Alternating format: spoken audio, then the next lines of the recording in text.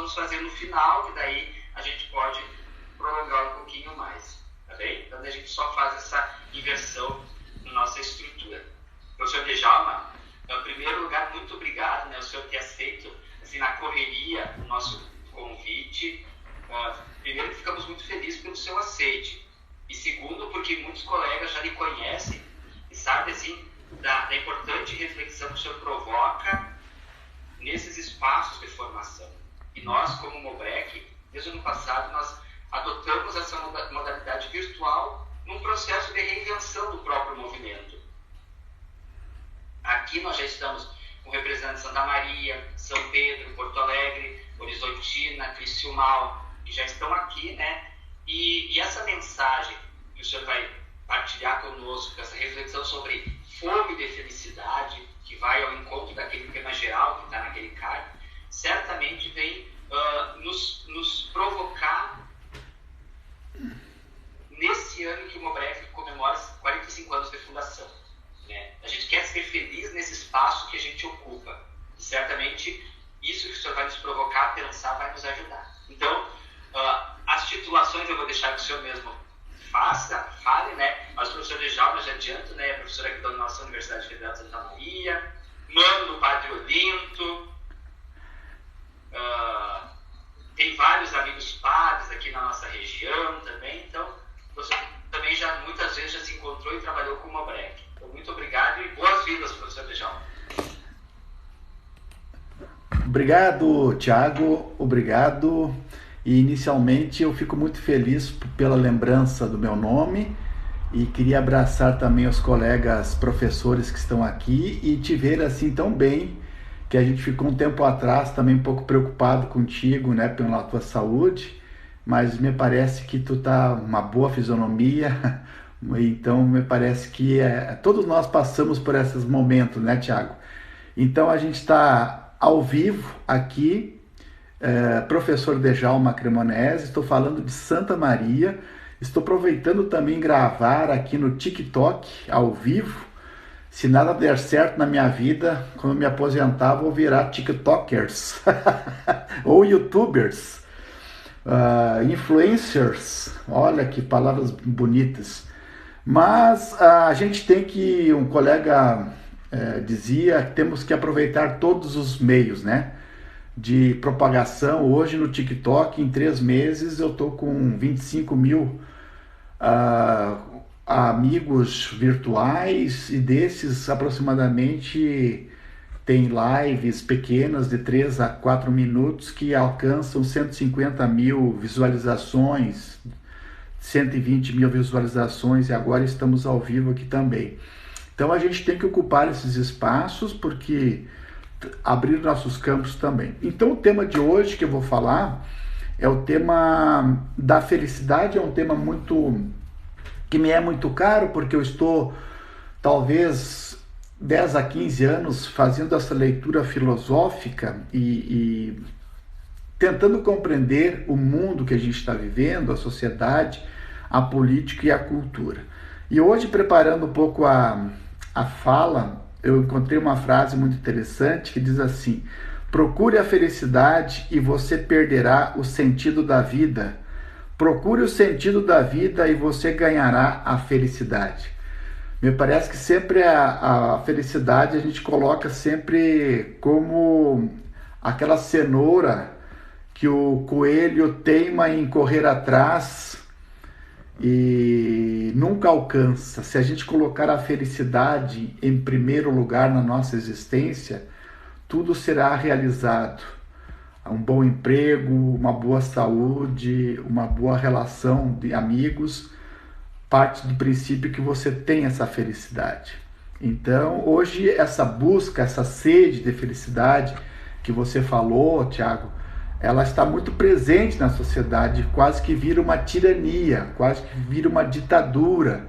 Você tem que ser feliz de manhã, de tarde, de noite, todos os dias da semana, todas as semanas do mês, todos os meses do ano e todos os anos da tua vida. E não é assim. Nós somos contingentes, nós somos seres humanos, nós sofremos, temos doenças, dores, perdas, carências, E é impossível, o Nietzsche já dizia, que bom que os prazeres fossem duráveis, que os prazeres fossem eternos, né? Mas eles são efêmeros, eles passam.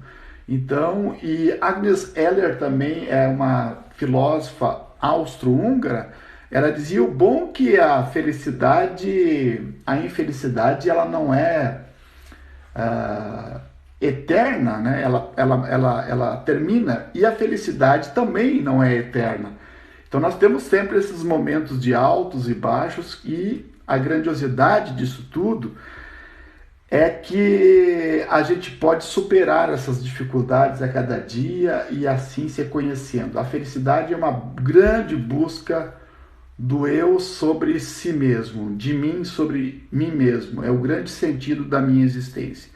Hoje tem vários caminhos que levam, que fazem propaganda para que busque essa felicidade. Tem gente que se verticaliza na religião, buscando a felicidade, outros nos livros de autoajuda, outros vão para a linha coach hoje, que virou, eu tenho medo que todo mundo vire treinador e falte treinados, né? Porque todo mundo hoje se diz especialista, uma era dos especialistas, né? Que tem sempre uma palavra.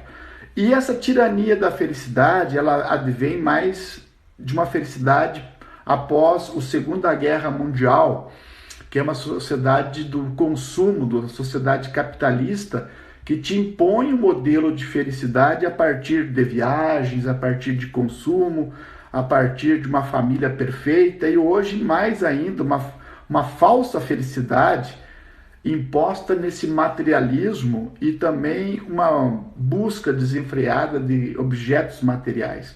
E além do mais, todo mundo se mostra feliz nas redes sociais, né? Uma imagem que as pessoas se autoproclamam felizes.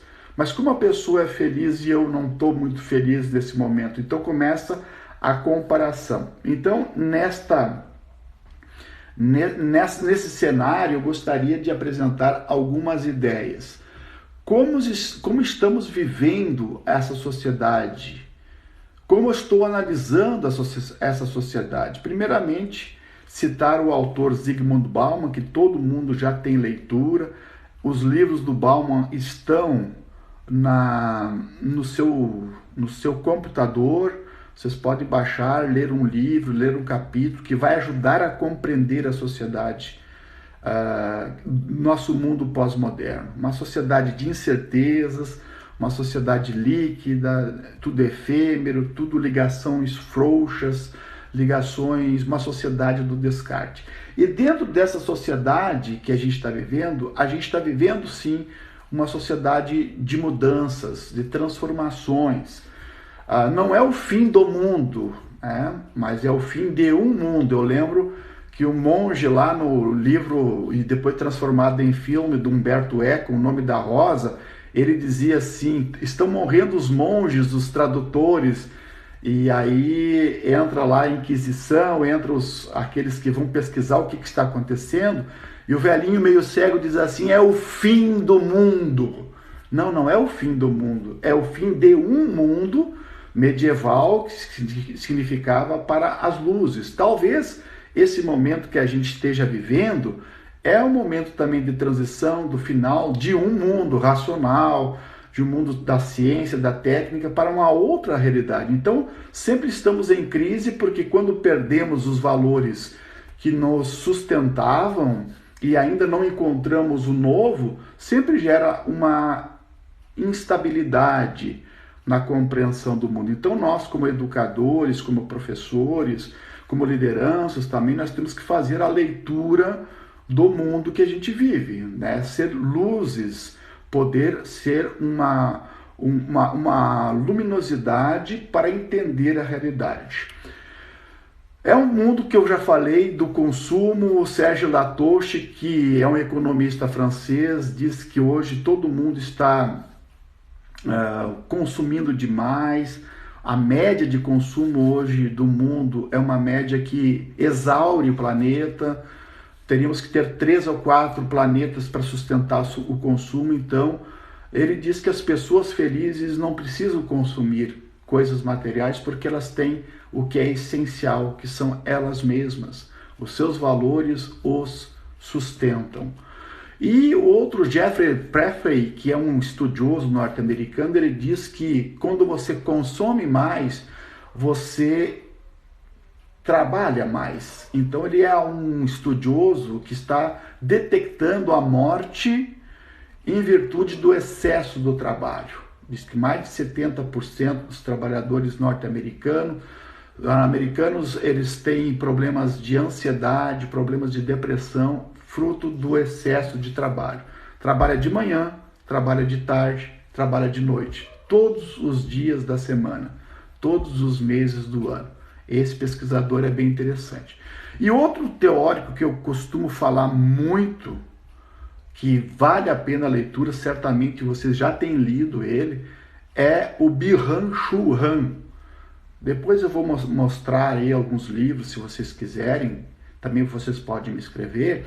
É um filósofo sul-coreano radicado na Alemanha, que ele tem a sociedade, um livrinho que é muito fino, ele fala da sociedade do cansaço. Estamos fatigados, não somente o nosso corpo, mas também estamos infartando a alma.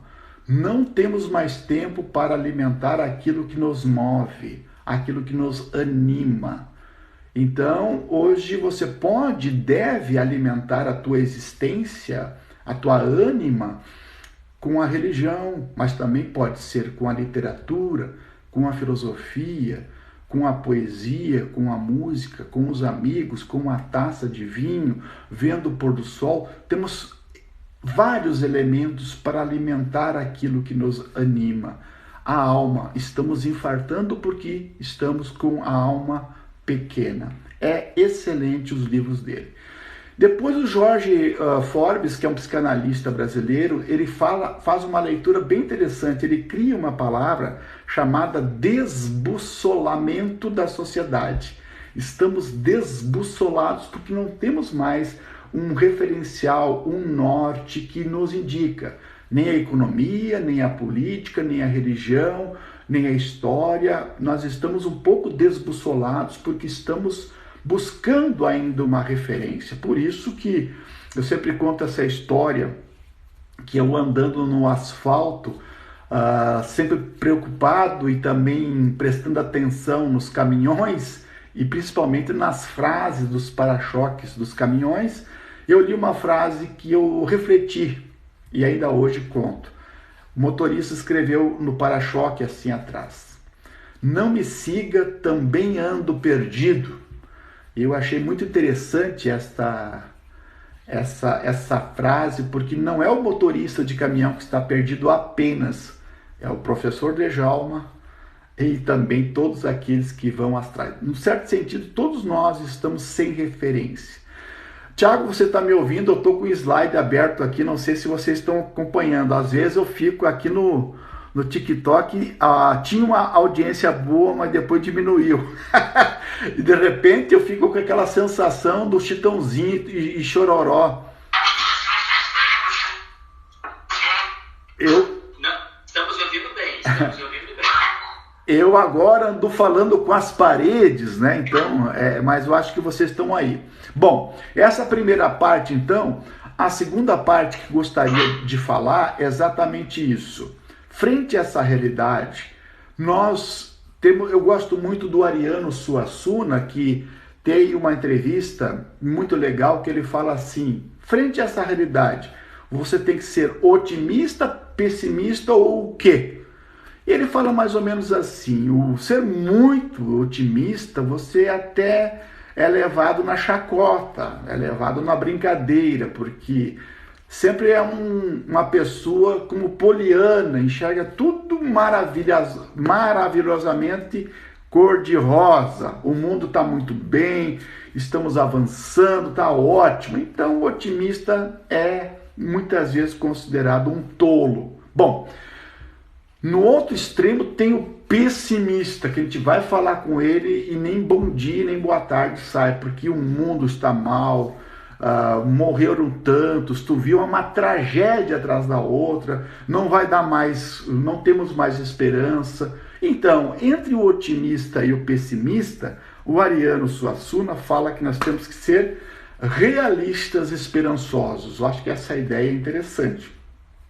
Ser uma pessoa realista é aquela que enfrenta o problema, não dá uma de avestruz, coloca a cabeça debaixo da terra e aponta o rabo para o universo, mas aquela pessoa que enfrenta, compreende, faz uma reflexão sobre a realidade.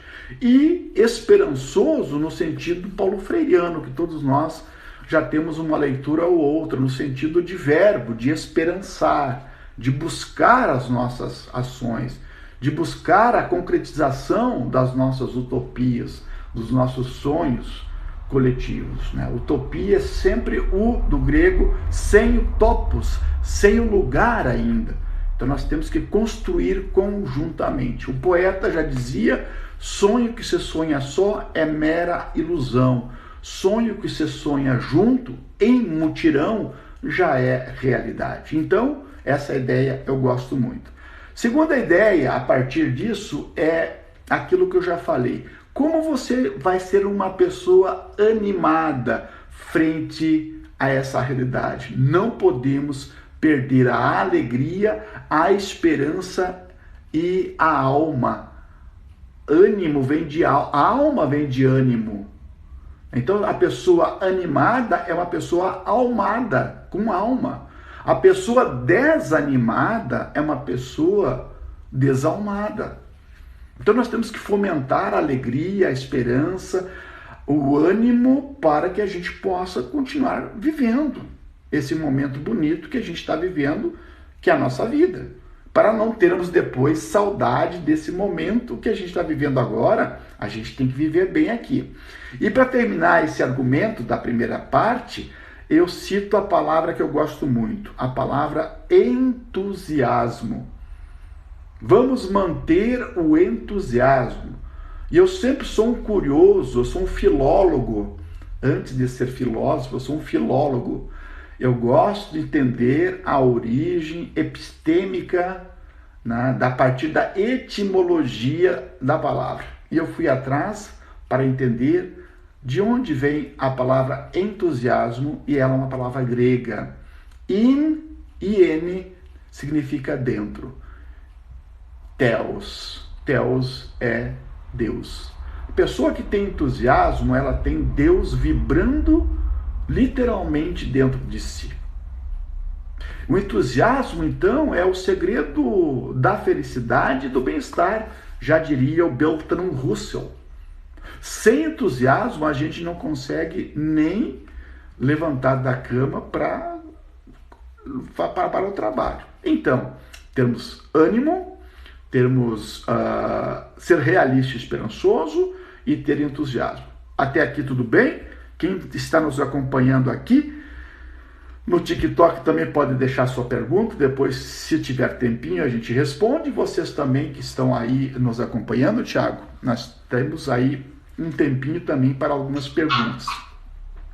Eu vou avançar agora para... Ok. Vamos lá, então. A terceira e última parte, ela trabalha a questão, para sermos felizes, a gente tem que passar por um processo de interiorização reflexiva do si mesmo. A pessoa que não se conhece, ela não pode ser feliz. Ela tem que se conhecer de onde ela veio e para onde ela vai. Qual é o destino dessa pessoa, qual é a sua missão. E é aquela palavra que nós gostamos muito, que é qual é a sua vocação, qual é o seu chamado a ser, a sua missão de trabalho. E aí nós começamos o autoconhecimento na filosofia, que vem do Sócrates, que foi aquele grande pensador antigo grego da filosofia clássica, que ele se orientou numa frase que estava escrita num templo dedicado a Apolo, lá o templo de Delfos, Oráculos de Delfos, que estava escrito assim: conhece-te a ti mesmo. E ele pegou essa frase, quase que plagiou. Dizem que Sócrates era até analfabeto, né? Tudo que sabemos dele advém dos seus discípulos, tudo que não deixou nada escrito. Teria grande dificuldade hoje de ser um professor universitário pela questão do currículo Lattes, né? Então, tudo que sabemos dele vem do Xenofonte, vem do Platão, e as suas ideias chegaram até hoje. Interessante que lá também no templo de Apolo estava escrita outra síntese da filosofia antiga: nada em demasia. Nada em demasia. A moderação, a mediania é o caminho da felicidade. Então vocês que estão aqui junto comigo, que são religiosos, religiosas, rezem, mas não rezem tanto que passem a encher o saco dos deuses, porque nem mesmo os deuses gostam muito de oração. Lá vem aquele cara de novo fazer uma romaria, lá vem aquele cara de novo fazer estou brincando aqui, claro, né? Mas a mediania, o meio termo, é o caminho básico para que a gente possa ser feliz. Então, autoconhecimento, que quanto mais você se conhece, você mais tem consciência da sua limitação. Olha que bonito isso. Correu um boato que no tempo de Sócrates ele seria a pessoa mais sábia. A sacerdotisa Diotima saiu com essa ideia. E ele saiu também preocupado, questionando e perguntando aos grandes da época, aos políticos, aos dramaturgos, e ele realmente comprovou que aqueles sábios, aqueles dramaturgos, aqueles políticos, tinham um profundo conhecimento, que sabiam, mas no fundo não sabiam. E Sócrates era ao contrário, ele tinha consciência de que ele não sabia, logo ele era uma pessoa humilde. O bonito da palavra humildade, que vem de humus, aquela terra fértil, aquela pessoa que se coloca a uma predisposição para que ela possa crescer na vida. E aí advém aquela frase que todos nós já ouvimos: só sei que nada sei. Por isso que eu tenho consciência da minha limitação. Uma vez uma aluna respondeu numa questão de filosofia de uma prova que eu fiz: só sei que nada sei. E eu escrevi embaixo assim: eu sei que tu nada sabe, por isso tu dou 0. Fui meio radical. Depois eu dei a metade certa, porque pelo menos ela lembrou de uma frase socrática. Então, anotaram aí? É bom que eu estou vendo vocês tudo anotando ali. Para, professor, um pouco, que o senhor está indo muito rápido. Eu tenho que anotar essas palavras. Aproveite hoje que eu estou inspirado, né? Então eu estou meio assim, bem disposto. Segunda ideia. A ideia é aristotélica. O autoconhecimento passa pela tornar-se humano. Olha que bonito isso. Tornar-se humano. A ideia filosófica do Aristóteles é chegar ao kalos agathos. Kalos agathos seria esse ser humano bom e belo. Esse ser humano virtuoso, que vai se construindo. Entrei. A Evangelina também está na reunião. O bom é que a gente entra assim na sala.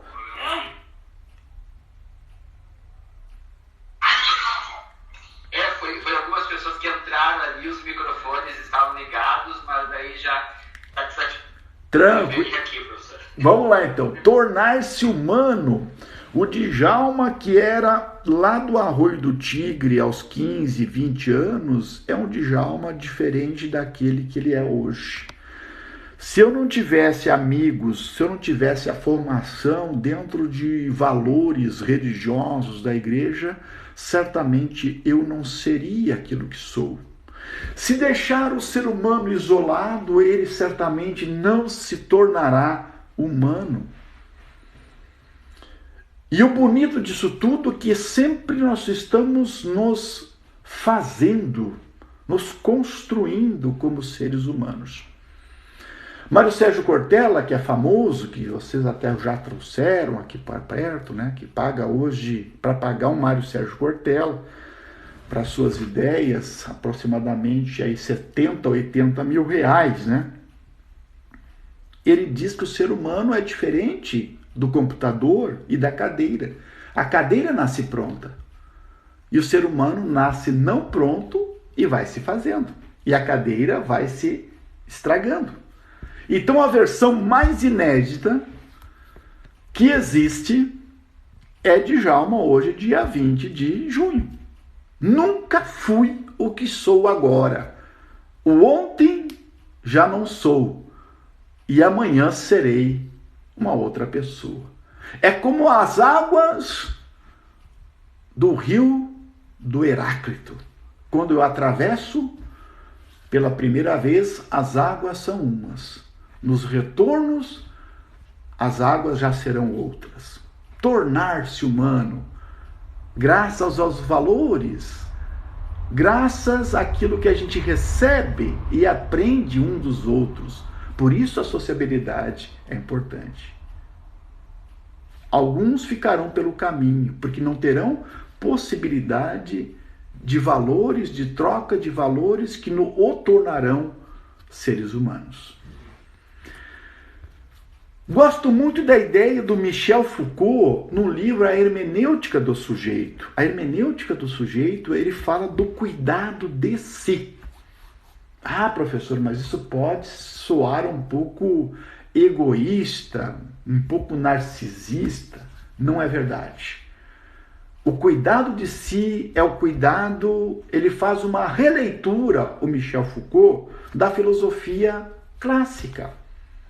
Ele, em parceria com outro cara que eu gosto, que é o Pierre Hadot, contemporâneo do Foucault, que faz toda essa leitura dos clássicos da filosofia antiga como exercício espiritual. Se você vai num curso hoje de filosofia, você já sairá de lá frustrado, porque a filosofia contemporânea é acadêmica, é sistêmica, é canônica, diferentemente dos filósofos clássicos, porque eles viviam filosoficamente e não apenas pensavam filosoficamente.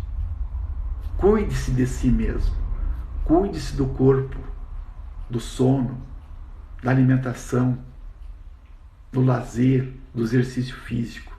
E ele fala muito também do cuidado da alma. Gosto muito, tem uma palestra, uma aula que eu dou na universidade sobre o amor. Eu já descobri 7 tipos de amor. Amor erótico, amor filia, amor ágape, amor pragma, amor ludus. Mas 2 tipos de amor me chamam a atenção. O primeiro é o amor filautia, que significa amor próprio. Amar a Deus sobre todas as coisas, diz o mandamento. E o próximo como quem? A ti mesmo. Pessoa que não se ama, tira o cavalinho da chuva. Não poderá fazer grandes empreendimentos. Cuide-se. E o terceiro amor mais falado é o amor caridade, é o amor ágape. Que o sentido da felicidade muitas vezes é olhar para si, mas também é sempre uma relação dialética, uma relação com o outro. O amor que constrói. E você nem precisa ser cristão, nem precisa querer que Jesus seja o enviado do Pai. Basta ficar com o Jesus histórico para entender a grande revolução que ele se propôs a fazer, que é a grande revolução do amor-caridade. Quinta ideia, já me aproximando do final, pego da filosofia. Para a felicidade, não negligenciar o momento presente. E aqui nós aprendemos das escolas do estoicismo. Nós temos 4 ou 5 escolas muito importantes. escolas helênicas. Os céticos, os epicuristas, os estoicos e os cínicos. Viva o momento presente. Já nos ensinavam os estoicos. Porque o passado só existe na memória do presente. Se eu não existir agora, o passado não existe. E o futuro ainda me é uma incógnita. Gosto muito dessa ideia. Viver 110% esse momento que eu estou aqui. 19 horas, 32 minutos. Me inteirar nesse momento. Parece que sempre estamos no lugar errado, no tempo errado, que é aquilo que os estudiosos dizem que é um pensamento sempre acelerado. O grande problema hoje é que vai faltar analistas e psicólogos para entender toda essa problemática da sociedade. Vai faltar. E vai faltar medicamento também. Moderadores de humor, calmantes, para dormir, para comer, para emagrecer, para transar. Tudo é medicamento hoje em dia. Sociedade do medicamento. Quando somos crianças, queremos ser adolescentes. Somos adolescentes, queremos entrar na faculdade. Aí sim seremos felizes. Estamos na faculdade, queremos avançar para a formatura, porque depois vem a felicidade no trabalho. Pergunta-se se você é feliz depois no trabalho, e você diz não, ainda não completamente, porque quando eu me aposentar, sim, serei feliz. Chega a aposentadoria e tem um detalhe, você já enrugou, você já está dobrando o cabo da boa esperança. Tudo que era reto para cima caiu, assim como a lei da gravidade. Não adianta nem o azulzinho às vezes. Aí o tempo passou. Mas calma, chama-se o pastor e o padre diz, calma, Djalma, que o melhor ainda está por vir. E aí a gente olha para o lado e faz uma cara até de nojo. Porque adiamos a felicidade para um outro estágio. Preste atenção nas pequenas coisas. Já dizia em outra fala que se você pode olhar, vê, se podes ver, repara. É a ideia do Saramago. Colocamos a nossa vida no automático e não prestamos atenção no sorriso da criança, no afago do abraço com os amigos, com o bate-papo, com o vinho, com a cerveja. Somos muito duros com nós mesmos. Outra ideia, evite sempre a mágoa no coração. Estava lendo Dante Alighieri e primeiro eu acho bonito aquela frase que está lá na porta do inferno. Diz assim, deixai os que vós aqui entrais todas as esperanças. Oh, ai, ai, ai, ai, ai, ai. Se não for para o inferno, não adianta mais chorar. Lá no canto 7 do inferno, Dante perguntou assim, mas por que essas pessoas morreram e vieram para o inferno? Aí o porteiro respondeu assim, com mágoas que não podem ser contadas em seus corações. Barbaridade. Mágoas, rancores, raiva. Depois que eu comecei a ler isso aqui, nunca mais guardei mágoas de ninguém. Busque o silêncio, busque a contemplação. Contemplar e vem de olhar com cuidado. Olhar o detalhe, habituar ao descanso, à paciência. Aproxime-se de si mesmo.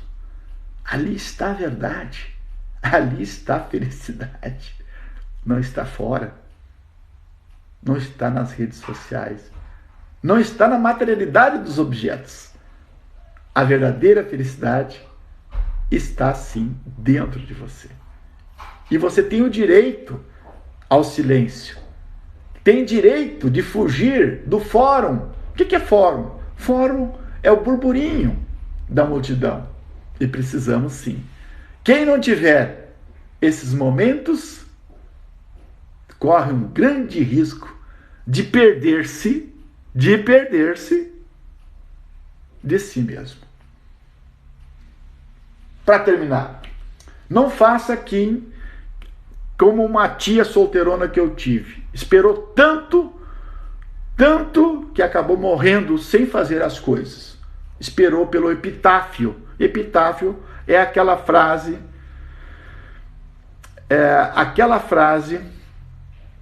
que você escreve lá no cemitério. Aqui jaz fulano de tal. Eu já escolhi a minha. Professor Djalma, um gordinho feliz que comeu o que quis. Já escolhi. Minha tia solteirona tentou ser freira, não deu certo, brigou com as freiras, tentou casar lá com o interior, também não deu certo. Colocou uma frase muito chamativa na sua lápide. Ela escreveu: devolvida sem uso. Devolvida sem uso. E eu escrevi embaixo, bem feito: se ninguém comeu, a terra comeu. Alguém usurpou daquele corpinho. Meu querido Tiago, meus queridos amigos, se essas ideias ajudaram vocês a refletir sobre algumas questões, fico feliz. Por favor, indique o professor. Estamos vivendo em tempo de crise. Estou animando batizado, primeira comunhão, casamento e até velório. Me indique aí, Lúcia, para palestras, animações. Agradeço a atenção dos senhores e ainda temos 6 minutos e meio para, se porventura tiver alguma pergunta. O colega aqui o Djalma, Professor Djalma, nós agradecemos, assim. Nós agradecemos esse primeiro momento ali que você partilhou conosco essas ideias.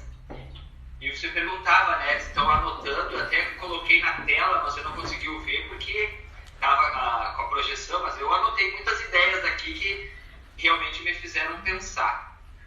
Que bom, Thiago. Que bom. O professor falou que tem alguns minutinhos, eu só me assuntei quantos minutos você disse que tem? 39, em torno de 8 minutos a gente tem, porque depois eu tenho um compromisso às 20 horas. Então vamos aproveitar esses 8 minutos que eu já matei, ter algum comentário, fazer alguma pergunta, provocar uma outra reflexão sobre esse cenário que o professor apresentou, né, dessa fome de felicidade que a humanidade vive e que às vezes o prato está tão perto e às vezes acaba não se dando conta. Então, o microfone fica à disposição, só fazer um sinal ali para ligar o microfone e partilhar. Vamos ver quem é que vai tomar a frente aqui. Não precisam ser... A Lúcia já levantou a mão e os outros vão se inscrevendo aqui, pessoal. Meu querido professor Djalma, eu te vejo todos os dias, mas hoje eu não pude te perder. Acelerei outra reunião para poder estar aqui. Eu assisto o professor Djalma no canal Paideia. Muito bonito, muito, muito interessante. Um grupo de amigos, de filósofos, de teólogos, de professores lá da universidade, mas, alunos também, mas muito, muito interessante. Mas eu quero só dizer que eu vou, a partir de hoje, contemplar mais. Para mim, a palavra contemplar sempre remetia muito mais a olhar, a só admirar, olhar, aquela coisa mais estática. Mas agora, com essa definição, é olhar com cuidado, vou começar a contemplar mais. Muito obrigada. Obrigado, Lúcio. O problema é, né, que a gente está num círculo tão vicioso muitas vezes de atividades, né? Tu bem falou no início da tua fala, eu estava em outra reunião e saí de lá e vim para cá. É esse ativismo nosso que muitas vezes a gente acaba ficando bastante vazio, né? Vazio, porque a gente tem tempo para os filhos, para o esposo, para a esposa, para o grupo, para a igreja, e a gente acaba perdendo muitas vezes aquele que é mais importante, que somos nós. Isso não é egoísmo, isso não é narcisismo, mas um copo vazio também não oferece muita coisa. Então, essa contemplação interior de olhar para nós mesmos e fazer essa experiência mística, filosófica, poética, ela é fundamental. Se a gente não fizer isso aí, nós podemos abandonar todas as nossas atividades, porque nós não vamos conseguir ser mensageiros de nada, né? Porque a gente começa em nós. Concordo contigo, Lúcia.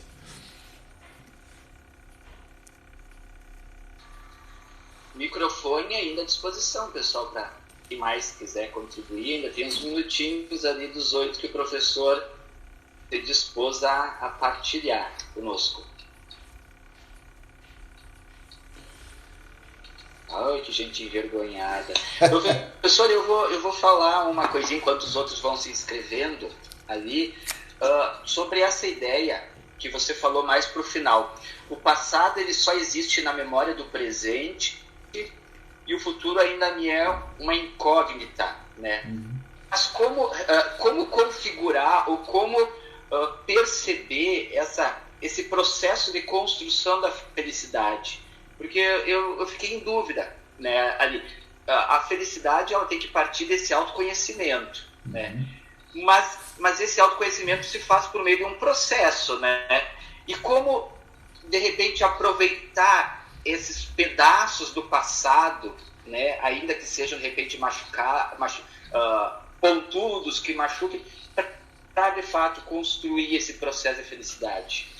Eu entendi, Tiago, muito boa a tua pergunta. Eu sempre costumo dizer assim, né? O passado ele pode nos marcar de duas maneiras, né? Positivamente ou negativamente, porque isso foi uma revolução do Freud, né? Achar que a gente não é aquilo que aparenta ser, né? Nós temos o subconsciente, nós temos lembranças nímicas presas dentro de nós, no subconsciente, arraigados até no nosso processo de gestação, e que acabam nos marcando também o nosso processo de vida. Então, alguma coisa não tão boa do passado, ela deve ser trabalhada, Tiago. Deve ser trabalhada, porque ela não pode impedir até o momento presente de uma vida. Então, como é que você vai trabalhar isso? Com analistas, com os psicólogos, com os profissionais, falando, colocando aquele problema que você teve na infância, na juventude, para até que você se alivie. É um processo lento, gradativo de catarse. Mas o passado não pode marcar negativamente o teu momento presente. O inverso, os momentos bonitos do teu passado, eles são lembranças que você tem que trazer. Por exemplo, eu tenho uma lembrança muito linda da minha família, dos meus irmãos, em volta do fogão a lenha. Por isso que fogão a lenha, hoje quando eu vejo fogão a lenha com o fogo aceso ou chaminé, eu trago lembranças lindas que marcaram um afeto, um amor que eu tive. Por isso que a palavra nostalgia, eu gosto dessa palavra. A palavra nostalgia vem de nostai, voltar para casa antiga com dor. Algia vem de algoz. Mas não é aquela dor assim que vai te prejudicar, mas é uma dor saborosa. Lembre da casa paterna, da casa materna, do afeto da mãe. A minha mãe era... Eu já, de idade, ela já partiu. Eu brincava com ela, eu ficava no colo dela. Eu deitava na cama com ela. E ficamos com ela até o final dos dias, porque aproveitando aquele momento, porque a gente tinha consciência que ela logo iria pela sua fragilidade de saúde, assim como meu pai foi. Mas ficaram momentos bonitos, momentos lindos, momentos de afeto, de carinho, de amor. Na minha juventude, eu fiz seminário com todos esses amigos, com todos os meus professores. Olha que coisa bonita, Tiago. Agora, aquilo que me atrapalha do passado deve ser resolvido. Eu não posso ficar com aquilo me martelando, ter que achar uma maneira de resolver. E isso passa pelo autoconhecimento, isso passa pela compreensão de si. Eu, pelo menos, tenho essa consciência comigo mesmo. Eu tenho essa consciência comigo mesmo. Eu procuro abstrair do que foi bom para me viver agora. E projetando o futuro ainda melhor. Ainda mais de luzes, ainda mais de realizações, de progresso, de saúde e de felicidade. Né? Porque essa é a nossa missão aqui, já dizia Aristóteles. Todo ser humano busca a felicidade. Ou alguém está aqui buscando a infelicidade, a dor, o sofrimento? Não. Não. A gente está buscando a felicidade. Tiago, meu querido, eu queria agradecer agora a vocês, Lúcia, a Elizabeth, a Jusilene, a Marilene, esses que aparecem aqui. Eu vou deixar aqui também... eu vou deixar também gravado aqui, depois eu envio para vocês. Se porventura vocês quiserem também levar essa palavra para outras pessoas. Fico sempre à disposição, Tiago querido, os grupos de vocês. Não sou o Mário Sérgio, mas o Mário Sérgio Cortella dos Pampas. E além de tudo, nós tocamos violão, né, Lúcia? Tocamos violão e cantamos Maria Tchá Tchá Tchá nas palestras. Um abraço, Tiago. Também animamos as missas. As missas são mais lindas quando... Exatamente. Obrigado, professor Djalma, por esse momento conosco, viu? Nós também, quando Mobrec, nos colocamos à disposição para